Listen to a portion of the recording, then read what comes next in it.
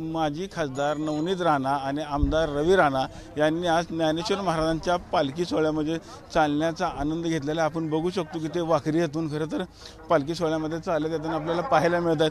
नवनीत राणा यांनी चक्क त्यांच्या डोक्यावरती खरं तर तुळस घेतलेली आहे आणि रवी राणा यांनी खरं तर टाळ वाजवण्याचा आनंद घेत आहेत। एका पालखीबरोबर ते स्वतः चालत येत आहेत। आपण आता नवनीत राणांची बातचीत करणार आहोत। काय सांगताल, आज पालखीबरोबर चालत येत आहे, काय पालखीबरोबर चालत येत आहे, पालखीचा अनुभव काय? मला वाटतंय की देवानी जेव्हा बोलवलं तर आज दर्शनाकरिता आणि सगळे माऊली जेवढे एवढे वर्षापासून मी नेहमी ट्रेनला झंडी देणं, हे सगळे माऊलीला तिथून अमरावतीवरनं जे माहेर घर आहे आमचे कौंडण्यपूर तिथून इथपर्यंत सगळे पायी येतात। तर आज आमची इच्छा होती यावर्षी आम्ही जाऊ पायी आणि दर्शन घेऊन आशीर्वाद आणि सगळ्यांच्या मनोकामना आहे। जेवढे महिला माऊली सगळे लोक येतात दर्शन करायला, त्यांचे पूर्ण मनोकामना पूर्ण झाल्या पाहिजे, शेतकऱ्यांचं जीवन सुखमय झालं पाहिजे, हे आशीर्वाद घेण्यासाठी ते आलो आहे। किती वर्षाची आपली परंपरा आहे का पहिलंच वर्ष आपलं? आम्ही आमचे अमरावतीमध्ये जेव्हाही पायी आमची दिंड्या निघतात तर त्यांच्याबरोबर मी नेहमी चालते, फुगडी खेळतो। ट्रेनमध्ये जेव्हा जेवढेही लोक माऊली लोक ट्रॅव्हलिंग करतात येतात दर्शन घ्यायला, त्यांना तिथे झंडी दाखवून त्यांचा सगळी सेवा करतो। तर गेल्या 12-13 वर्षापासून हे परंपरा आमच्या अमरावतीमध्ये, पण आज यावेळीच आम्ही स्वतः दर्शन घ्यायला आणि आशीर्वाद घ्यायला आलो आहे आणि सगळ्यांच्या मनोकामना पूर्ण झाले पाहिजे आणि शेतकरी शेतमजदूर हा सुखमय झाला पाहिजे, त्याकरिता दर्शन घ्यायला आपण आलो आहे। आता विठ्ठलाला माऊलीला काय मागणार? मी तेच मागितलं की आमचे जे शेतकरी आहे, शेतमजदूर आहे आणि जेवढेही वारकरी सगळे दिंड्या घेऊन लांब लांबपासून इथे येतात, एक महिना ते सगळे चालतात, सगळ्यांच्या मनोकामना पूर्ण झाल्या पाहिजे आणि आमच्या महाराष्ट्राची जनता सुखमय झाली पाहिजे। राजकीय प्रश्न आहे, लोकसभेला आपल्याबरोबर युतीचा देखील मोठ्या प्रमाणात पराभव झाला होता। कालच्या निकालानंतर कुठेतरी वातावरण थोडं बदललंय, विधानसभेला कसं वातावरण असेल आता? लोकसभाच्या मी आपल्याला एवढंच सांगू शकते की ज्या पद्धतीने खोटा प्रचार केला आणि ज्या दुसऱ्या पक्षांनी आपली जिंक नोंद केलेली आहे तो खोटं जास्त दिवस चालत नाही। सत्य हा सत्य असते आणि येणाऱ्या भविष्यामध्ये खोट्याचा प्रचार करणारे लोकांना धडा महाराष्ट्राची जनता नक्की शिकवणार आहे। लोकसभेला शिंदे गटाला जास्त जागा मिळाल्या होत्या भाजपपेक्षा, मात्र आता शिंदे गटाने दावा केला की विधानसभेला जास्त जागा मिळाल, त्यामुळे भाजपने देखील आता वरिष्ठ पातळीवर 160 किंवा 170 जागा लढवण्याची मागणी केली। किती जागा लढवेल भाजप? मला असं वाटते महायुतीची सरकार बसन, त्याच्यासाठी आज माऊलीचे दर्शनाला आम्ही सगळे आलो आहे आणि साकडा घालतो आहे। आपल्या वडनेरा मतदारसंघामध्ये विरोध होतो आपल्या उमेदवारीला, काय विठ्ठलाला साकडा घाल? मी भारतीय जनता पार्टीची कार्यकर्ता आहे आणि रवी राणाजी हा महायुतीचे घटक म्हणून ते गेल्या 10 वर्षापासून देवेंद्रजींसोबत आहे आणि आम्ही त्यांच्यासाठी काम करणार आहे, त्यांच्यात काही शंका नाही।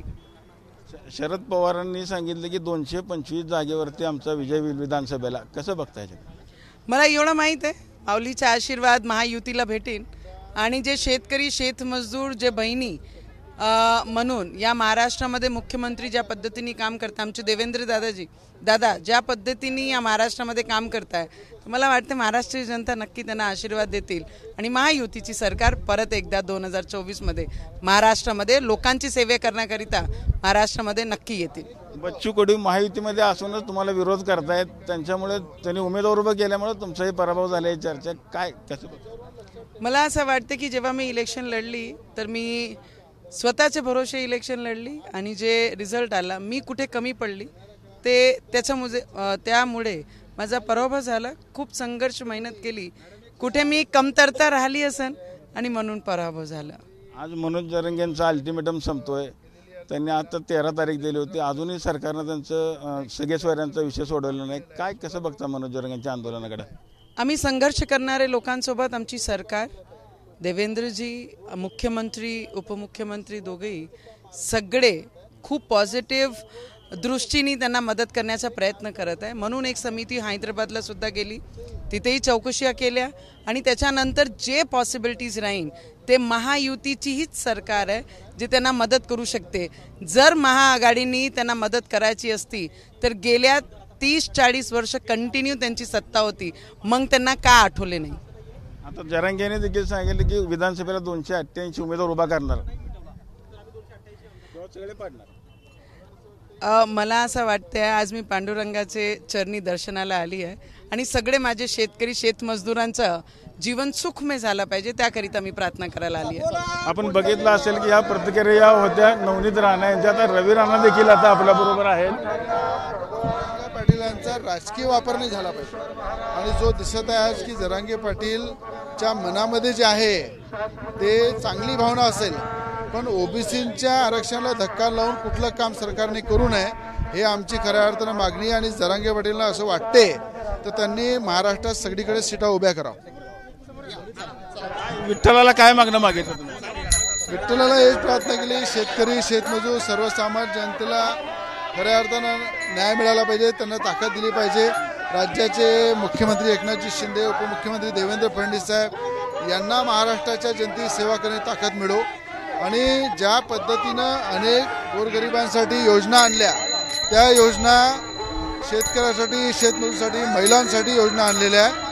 ह्या योजनाच्या माध्यमातून दिसतं की शेतकऱ्यांसाठी सर्वसामान्य जनतेसाठी सरकार पॉझिटिव्ह आहे, सरकारची इच्छा आहे काम करायची आहे. आणि त्या भावनेतून आज या वारीमध्ये माऊलींसोबत आम्ही पायवारी करताय. आज पंढरपूरला पवित्र धर्तीवर या ठिकाणी विठोबाचे दर्शन घेत आहे. आणि खोटा प्रचार करून लोकसभेमध्ये महाविकास आघाडीने मतं जमा केले, पण खोटं वारंवार चालत नसते, सत्य हे नेहमी कायम असते. आज नवनीत राणासारख्या खासदार ज्या अमरावती जिल्ह्यामध्ये महाराष्ट्रामध्ये देशामध्ये त्यांचं नाव आहे, पार्लमेंटमध्ये त्यांनी अनेक लोकांचे शेतकऱ्यांचे शेतमजुरांचे महिलांचे प्रश्न मांडले, त्या महिलेला थांबवण्याचं काम या खोट्या नेरुटीने केलं, महाविकास आघाडीने केलं. येणारा जबाब विधानसभेमध्ये नक्की जनता या खोटारड्या राजकीय नेत्यांना देईल. मनोज जरांगेंच्या आंदोलनाला राजकीय वास येतो असं आपल्याला वाटतंय का? नक्कीच मला वाटते ओबीसीच्या कुठल्या आरक्षणाला धक्का न लावता जरांगे पाटील साहेबांना आरक्षण देणं, मराठ्यांना आरक्षण देणं कोणाचा आक्षेप नाही आहे. पण मला असं वाटते जरांगे पाटील आता राजकारणाकडे ओढलेले आहे. त्यांनी संपूर्ण महाराष्ट्रामध्ये सीटा उभ्या करावं आणि एकदा राजकीय किती कोणाची ताकद आहे कशी आहे ती समजून घ्यायला पाहिजे की राजकारण हे वेगळं असते. आरक्षणाचा मुद्दा एकदम पवित्र भावनेने त्यांनी पुढे आणला.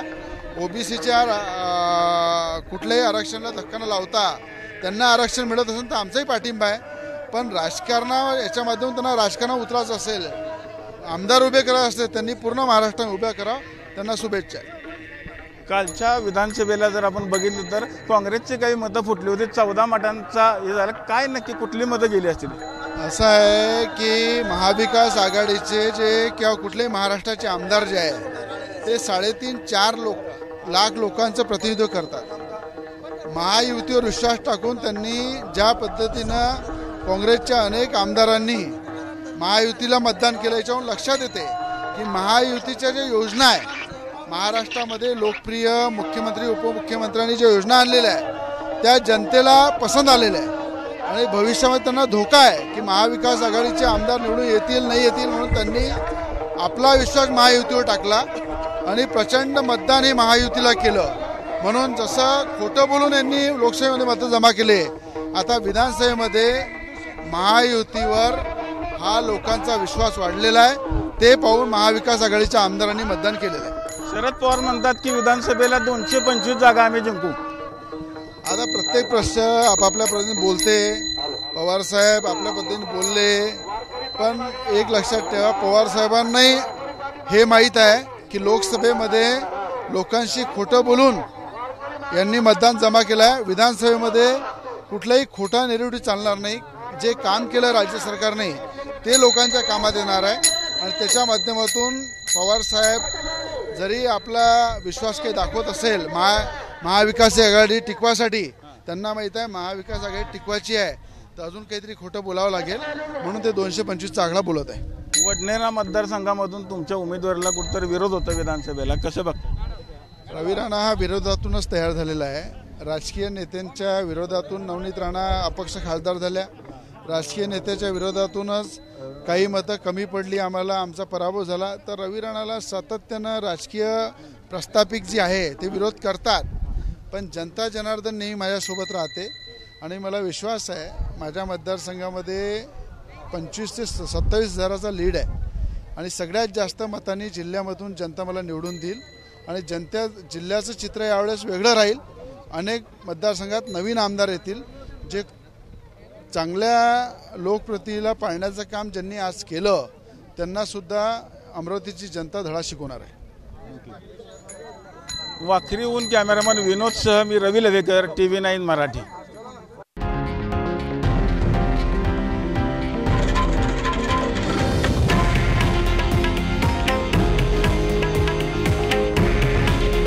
हे आहे देशातील नंबर 1 न्यूज नेटवर्क आणि आपण पाहत आहात TV9 मराठी. काळजी तुमची, हित महाराष्ट्राचं.